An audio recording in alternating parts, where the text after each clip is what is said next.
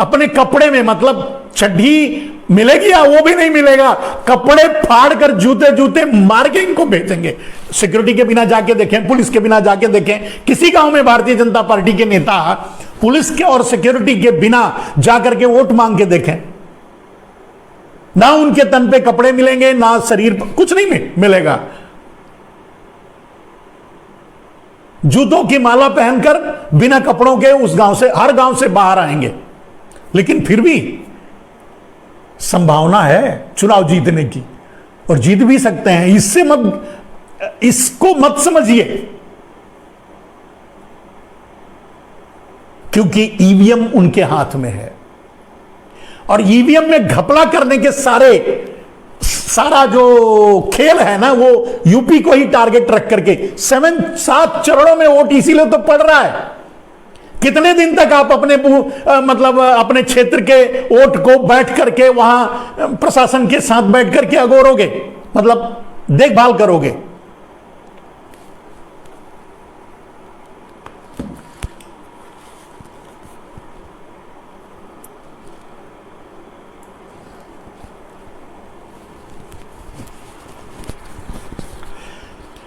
अमित शाह जी ने एक और बात कही आज मीडिया में ही, कि बुआ भतीजा की सरकार में यूपी पीछे रह गया। अमित शाह जी ने कहा। तो मैं समझता हूं इन 5 सालों में जब मोदी जी की सरकार है, यानी डबल इंजन की सरकार है, तो उन्हें उनकी उपलब्धियों पर ही चुनाव कराना चाहिए, वोट मांगना चाहिए। फिर क्यों ये क्या बोलते हैं, ओवैसी को बलि का बकरा बनाते हैं, एक ड्रामा करते हैं, मेलोडियस ड्रामा क्रिएट करते हैं गोली चलवाने का, अपने आदमी को भेजकर गोली चलवाते हैं। क्यों ड्रामा मतलब हिंदू मुसलमान पर क्यों वोट मांग रहे हैं, मंदिर मस्जिद पर क्यों वोट मांग रहे हैं, धर्म के नाम पर क्यों वोट मांग रहे हैं? और अगर विकास बुआ बबुआ के टाइम पे नहीं हुआ था, 5 साल में हो ही गया, तो फिर आपको तो किसी रैली की ही जरूरत नहीं, वोट तो लोग अपने आप दे देंगे। क्यों परेशान हो, क्यों दंगा करवाना चाहते हो, क्यों कैराना चले जाते हो, क्यों कैराना वालों को या कुछ लोगों को याद दिलाते हो कि, और क्यों आजम खान और अतीक अहमद की याद दिलाते हो, क्यों?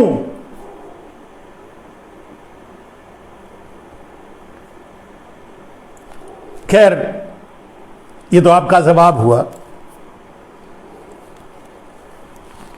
राहुल गांधी ने किसी मीडिया में कहा है कि मोदी पीएम नहीं राजा है।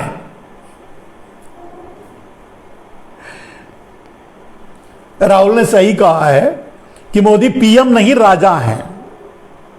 वैसे भी अंग्रेज अपने पीछे बहुत से लोगों को छोड़ के गए थे, और खास करके जूनागढ़ बहुत से लोगों को छोड़ के गए थे,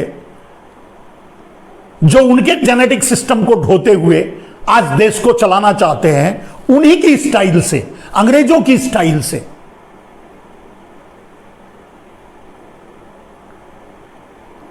और राहुल गांधी जी, बड़े प्यार से मैं एक बात कहना चाहता हूं,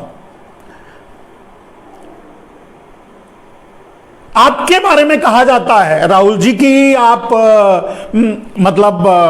इटालियन मां की औलाद हो, और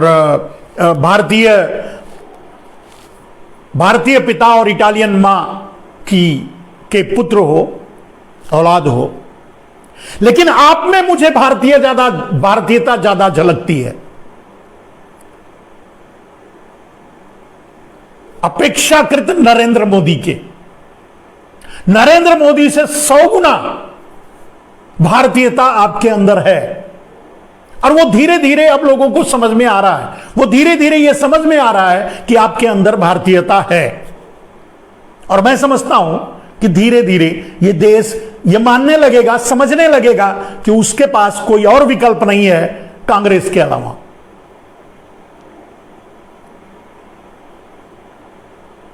फिर से उसे कांग्रेस के पास जाना पड़ेगा। इस देश को एकमात्र इसलिए नरेंद्र मोदी से बचाने के लिए, अंग्रेजों से बचाने के लिए, अंग्रेजी मानसिकता से बचाने के लिए, जो आपने कहा कि मतलब राजा मतलब सामंतवादी मानसिकता से बचाने के लिए, यही बात आपने कहा, यही बात हमारे रविंद्र भाई ने भी कहा था, तो बिल्कुल सही बात है।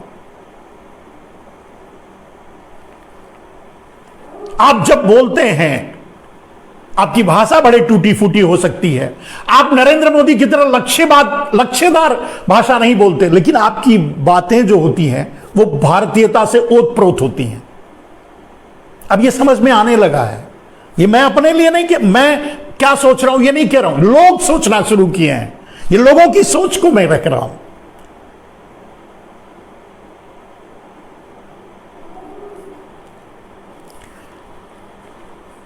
नेक्स्ट, अंबानी के पास मीडिया में एक किसी ने पोस्ट डाला, मीडिया में ही, चैनल में, अंबानी के पास सबसे महंगी कार है, दुनिया की सबसे महंगी कार है, और जिसका नंबर प्लेट 12 लाख का है। अरे मेरे दोस्त, जब सैया भये कोतवाल तो अब डर काहेगा। हम कहते हैं जिसका चौकीदार नरेंद्र मोदी हो,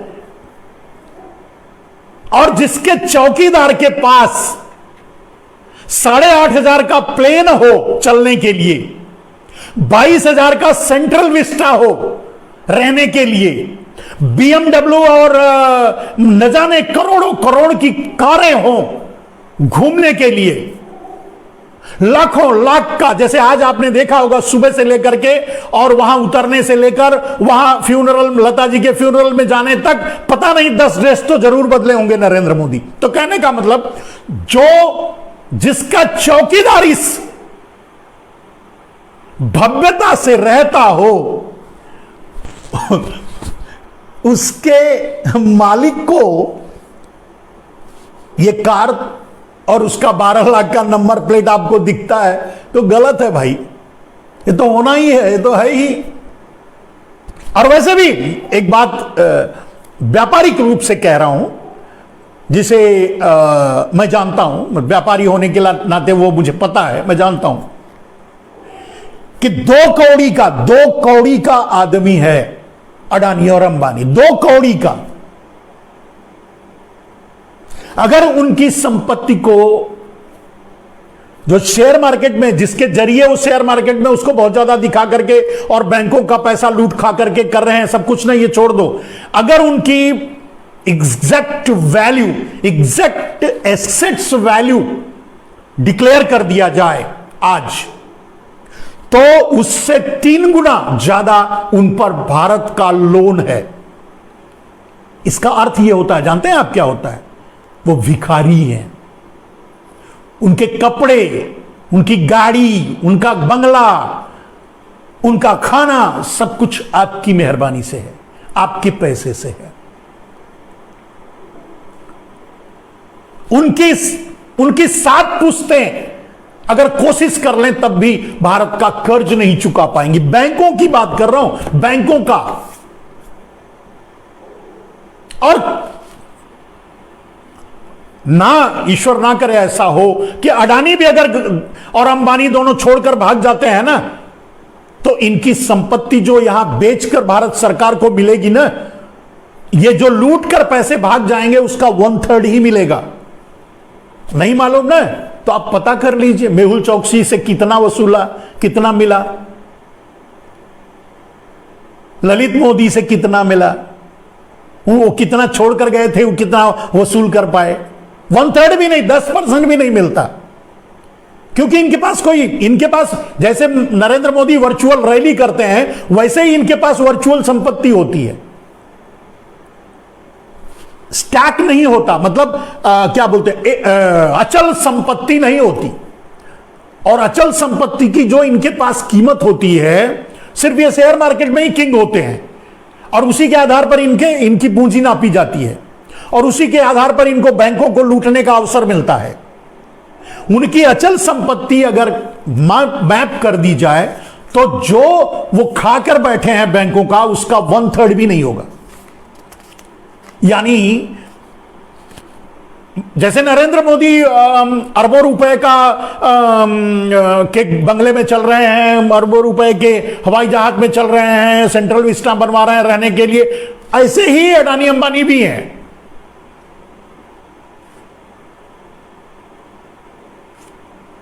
वो हमारे और आप जैसे नरेंद्र मोदी मतलब परजीवी हैं, दूसरे की कमाई खाने वाले, उसी तरह अडानी अंबानी भी परजीवी हैं, हमारे आपके पैसे पर जीने वाले।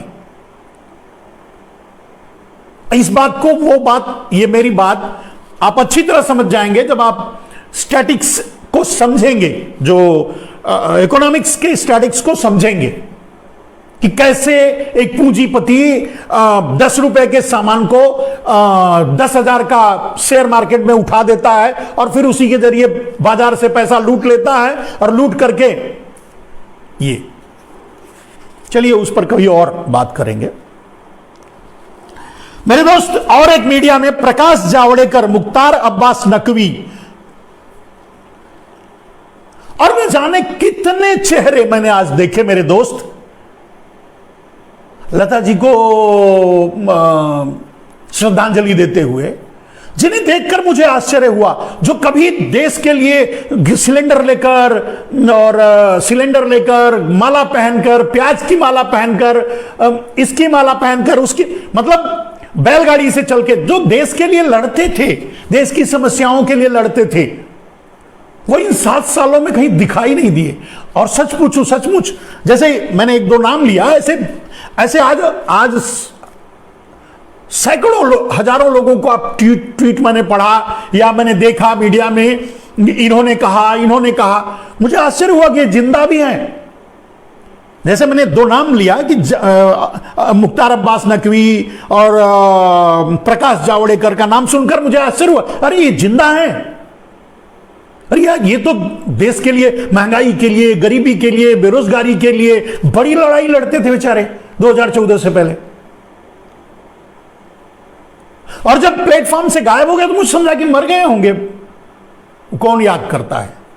लेकिन जब आज लता जी के लिए ट्वीट कर रहे थे या संवेदनाएं भेज रहे, तब मैं समझा रहे नहीं ये तो जिंदा है यार।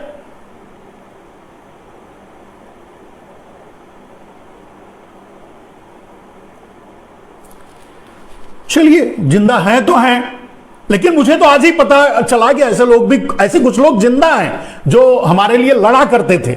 मैं यही समझ रहा था कि वो नहीं है अब इस दुनिया में, वो खत्म हो गए होंगे, मर खप गए होंगे, या अब इस दुनिया में नहीं, मैं यही सोच रहा था। मुख्तार अब्बास नकवी और खैर वो भ्रम भी टूट गया, वो हैं, अभी जिंदा हैं, अच्छा है, अगर जिंदा है तो बढ़िया है, अगर जिंदा ही रहें, ईश्वर करें वो उन अपने परिवार और अपने घर के लिए जिंदा रहें, और उनका जिंदा रहना जरूरी भी है उनके परिवार के लिए, सबके लिए। लेकिन सवाल यह है कि ये गायब एकदम से हो गए थे, इतना लड़ाई लड़ने वाले, तो मुझे आश्चर्य हुआ उन्हें देख करके आज मीडिया में।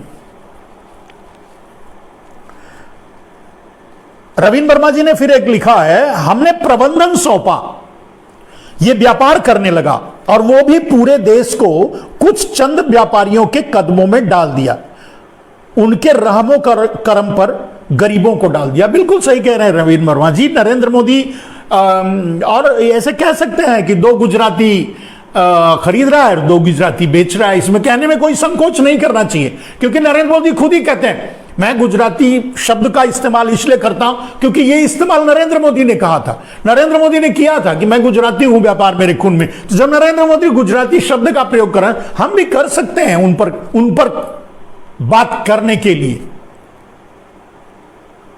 सारे गुजराती चोर थोड़ी हैं, सारे गुजराती बुरे थोड़ी हैं, उसमें कुछ है।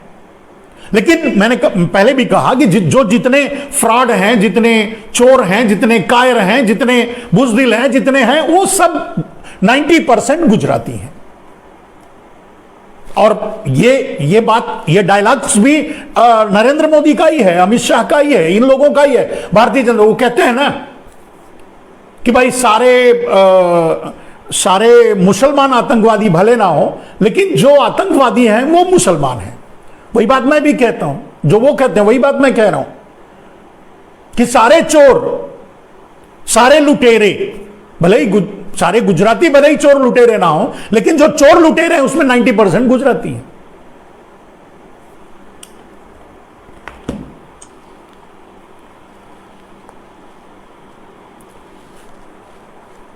रविंद्र वर्मा जी फिर एक सवाल उठाया है कि जो इनके दुकान में होगा वही बेचेगा। जब दुकान में हिंदू मुसलमान ही है तो रोजगार और विकास कहां बचेगा? बिल्कुल सही बात कह रहे हैं। इनके लिए दुनिया हिंदू मुसलमानों से शुरू होकर हिंदू मुसलमानों पर ही खत्म होती है, क्योंकि नरेंद्र मोदी की राजनीति हिंदू मुसलमानों से शुरू हुई थी, तो उनकी राजनीति हिंदू मुसलमानों पर ही खत्म भी होगी। देश को देखना पड़ेगा। रमन कुमार जी लिखते हैं सैल्यूट साहब, धन्यवाद बंधु। आकाश पंडित लिखते हैं each and every soul is equal loved by the god. बिल्कुल सही बात बोल रहे हैं मेरे भाई। हिंदू राजा जय श्री राम वाले आ गए। सुनील शुक्ला जी, अब समझो, जय श्री राम वाले जब आ गए तो वो फैज लिखते हैं कि ये फौजी लिखते हैं कि संजीव भट्ट को रिहा करो। कैसे रिहा करेंगे? संजीव भट्ट को रिहा करेंगे मोदी जेल चले जाएंगे। रिहा कैसे करेंगे? मोदी को जेल से बाहर रहना है तो संजीव भट्ट को जेल में रहना पड़ेगा, कम से कम जब तक नरेंद्र मोदी प्रधानमंत्री हैं तब तक तो नहीं रिहा करेंगे। उसके बाद रमन कुमार लिखते हैं वाह साहब, धन्यवाद बंधु। तो मेरे मित्रों, आप सब लोग मेरे साथ जुड़ते हो, और भी अब कुछ बातें और हैं मैं जिसको आगे ले लेता हूं।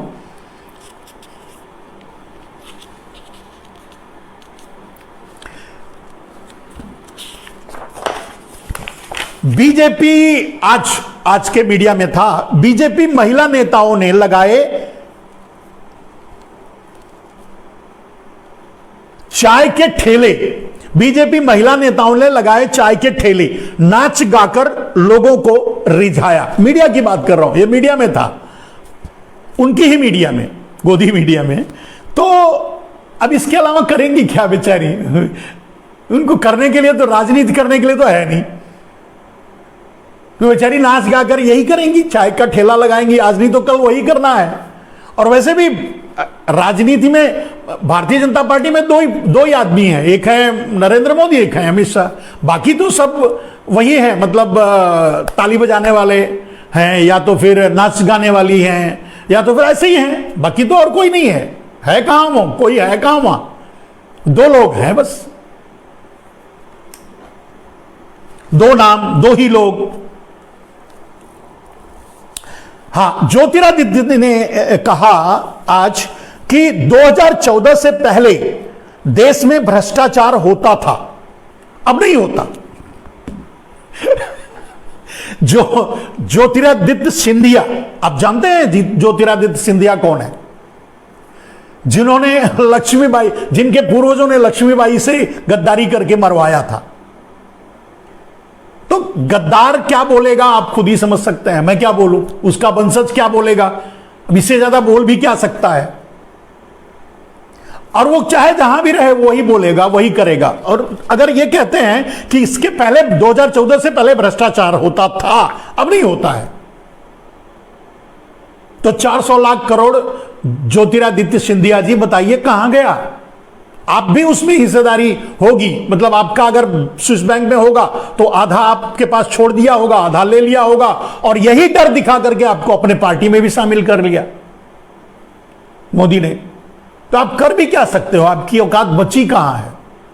आपकी क्रेडिबिलिटी, कहने का मतलब आपकी विश्वसनीयता तो पहले भी नहीं थी। हम जैसे लोग तो आपको उन्हीं गद्दार की श्रेणी में मानते हैं, लेकिन आज अगर आप बोलते हो तो पूछना कभी नरेंद्र मोदी से कि 400 लाख करोड़ कहां गया?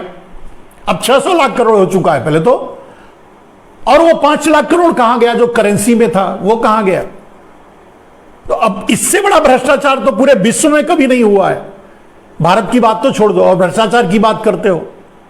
यह कह सकते हो आपकी पहले आम आदमी भ्रष्टाचार करता था,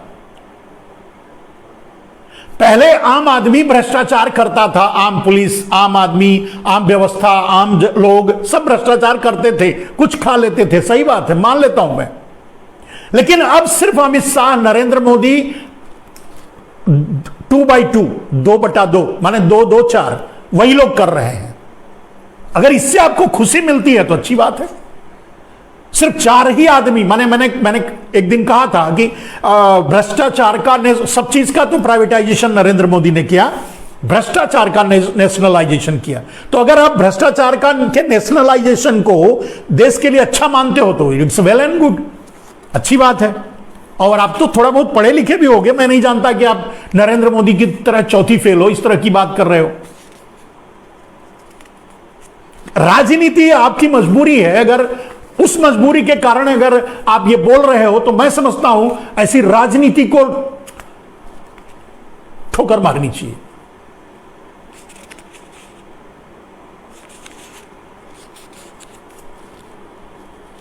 आगे एक मीडिया में दिनेश शर्मा ने कहा है, दिनेश शर्मा उप मुख्यमंत्री हुआ करते थे,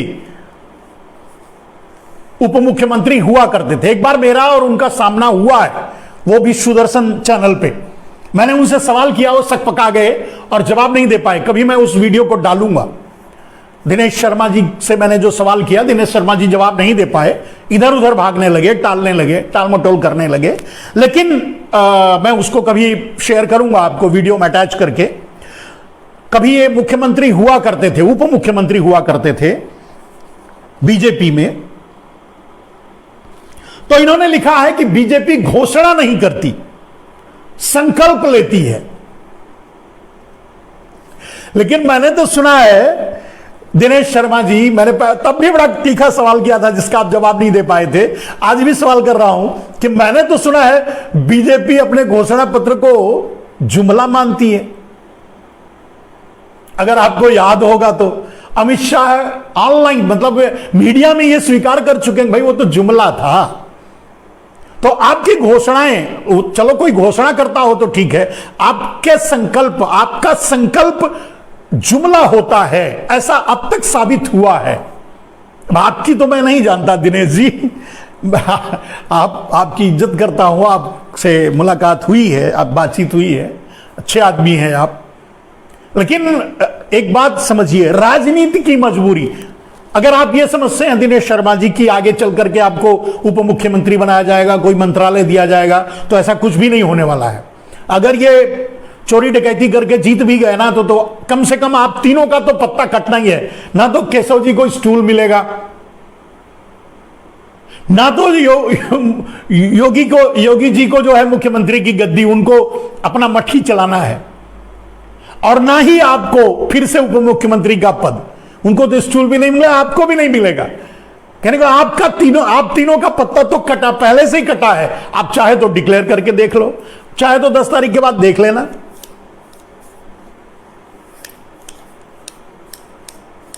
मोदी जी, आप अगर समझते हो राजनीति को, दिनेश जी और केशव जी से भी मेरा कहना है, दिनेश जी से भी, और योगी जी समझते हैं, वो जानते हैं, जान करके परेशान है बेचारे, क्या करें। तो आप खुद ये जानते हो जो मैं कह रहा हूं वो सच है।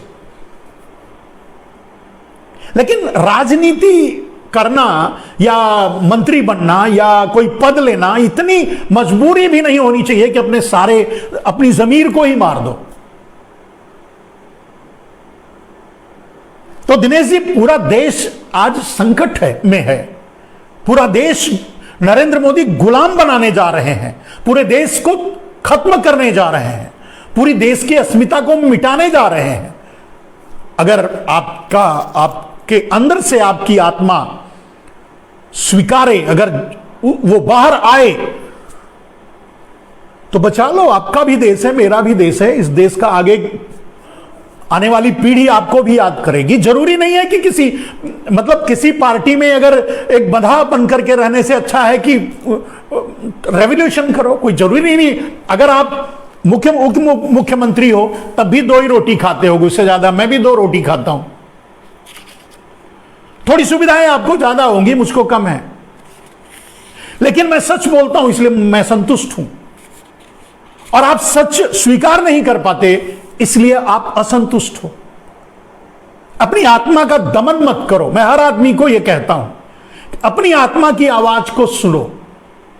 और इस देश को, यह मेरा चैलेंज है, इस पूरे देश को, भारतवर्ष को मेरा चैलेंज है कि अगर भारतवर्ष का एक एक नागरिक अपने दिल पर ऐसे, बाएं तरफ होता है, माफ कीजिएगा, इस तरफ होता है ऐसे, मैं नरेंद्र मोदी नहीं हूं जो नरेंद्र मोदी नहीं हूं जो पढ़ाओ को पटाओ कह दे और फिर उससे पीछे ना हटे। तो कहने का मतलब दिल इधर नहीं इधर होता है, मैं स्वीकार करता हूं। तो दिल पर हाथ रख करके पूरे देश के नागरिकों को मैं चैलेंज करता हूं, दिल पर हाथ रख करके आप एक बार सोच के देखिए, क्या नरेंद्र मोदी देश के लिए सही हैं? और अगर गलत लगे तो अपने दिल की आवाज सुनिए। मैं जानता हूं कोई किसी भी दिल से ही आवाज नहीं निकलेगी कि नरेंद्र मोदी सही है। हर दिल यह कहेगा कि नरेंद्र मोदी देश के देशद्रोही हैं। आप अपने दिल की आवाज ना सुनो, वो बात अलग है, वो आपकी मर्जी। तो दिनेश शर्मा जी का जवाब। अमित शाह जी ने एक चीज और लिखा, इस चीज से मैं अपने इस लाइव का समापन करूंगा अमित शाह जी के बात से ही। तो अमित शाह जी ने लिखा, अच्छा, अमित शाह जी के लिए मीडिया ने लिखा है कि अमित शाह जी ने संकल्प पत्र जारी करेंगे। अमित शाह जी संकल्प पत्र जारी करेंगे, पता नहीं यूपी के लिए, पंजाब के लिए, कहां के लिए संकल्प पत्र जारी करेंगे। ऐसा था, मेरे ख्याल से नहीं किया, कल करेंगे या परसों करेंगे। लेकिन अब अमित शाह जी संकल्प पत्र की क्या जरूरत है? देश विकल्प ढूंढ रहा है और आप संकल्प पत्र दे रहे हो। और वैसे भी आपके संकल्प पत्र को लोग जुमला मानते हैं, क्योंकि अब तक तो यही साबित हुआ है। मैंने पहले दिनेश जी की बात पे यह बात कह चुका हूं। तो जब आप फिर संकल्प ही क्यों करते हो? देखिए, अगर बाद में आपको यही कहना है कि भाई वो तो जुमला था, तो फिर क्यों ये जारी करते हो? जब आपको देश बेचना ही है, जब आपको नौकरी नहीं देनी है, जब आपको तो जो करो वही करो, फिर बोलते क्यों हो? कुछ और बोलोगे, हम जैसे लोग उसको उस पर उंगली उठाएंगे, कहेंगे, पूछेंगे, क्या फायदा? बोलो ही मत। वैसे भी ये देश कैसा कैसा रहा है।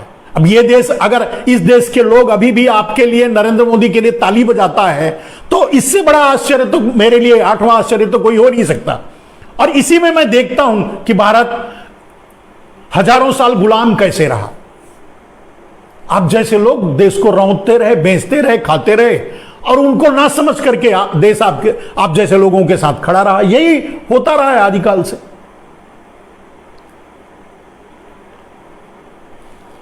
तो जब तक भारत में अंधभक्त हैं, मूर्ख उनको कह दीजिए, कालिदास को चुनने वाला कालिदास ही होगा ना। तो जब तक अंधभक्त हैं, तब तक आप चिंता मत करो, आप राज करोगे। आपको संकल्प पत्र जारी करने की क्या जरूरत है अमित भाई? और वैसे भी नरेंद्र मोदी ने कह दिया कि ये अमृत काल है, वह अमृत काल में संकल्प पत्र की क्या जरूरत है? अमृत काल में तो आप जो बोलो वही सही। कहते हैं ना, मतलब एक फिल्म का डायलॉग, मेरा वचन ही है मेरा शासन। तो अब आपका वचन ही शासन है, आप संकल्प पत्र क्यों देते हो? बाद में उसे आपको मजबूरन किसी लाइव टीवी में बैठ कर के स्वीकार करना पड़ेगा कि भाई वो तो जुमला था। इससे अच्छा है बोलो ही मत। तो चलिए दोस्तों, मैं वैसे भी काफी बातूनी आदमी हूं। 1.5 घंटा, मतलब 15 मिनट में लेट हुआ तो 15 मिनट और भी ज्यादा आपका खा गया। तो 11:30 बज चुके हैं, लेकिन मुझे खुशी होती है कि उसके बाद भी आप मुझे सुनते हो। बहुत खुशी होती है। और बस आपसे यही प्रार्थना है कि जो सुनो, अगर आपको अच्छा लगे तो दूसरों तक पासवर्ड कर दिया करो, पास ऑन कर दिया करो, दूसरे भी सुने। मुझे टीआरपी नहीं चाहिए, मैं नेता नहीं हूं, ना नेता बनना है। मैंने तो बहुत पहले रामदेव के साथ एक रामदेव वही दलाल काने भाई, उन्हीं की बात कर रहा हूं। तो उनके साथ एक मंच पर सब लोग बैठकर ये शपथ लिए थे कि हम कभी भी राजनीति में नहीं जाएंगे। अब मैं तो उसे मान लिया, वैसे रामदेव तो आज भी राजनीति कर रहे हैं, तो मैंने तो मान लिया मैं कभी राजनीति में नहीं जाऊंगा, ना ही राजनीति से मेरा कोई लेना देना रहेगा। लेकिन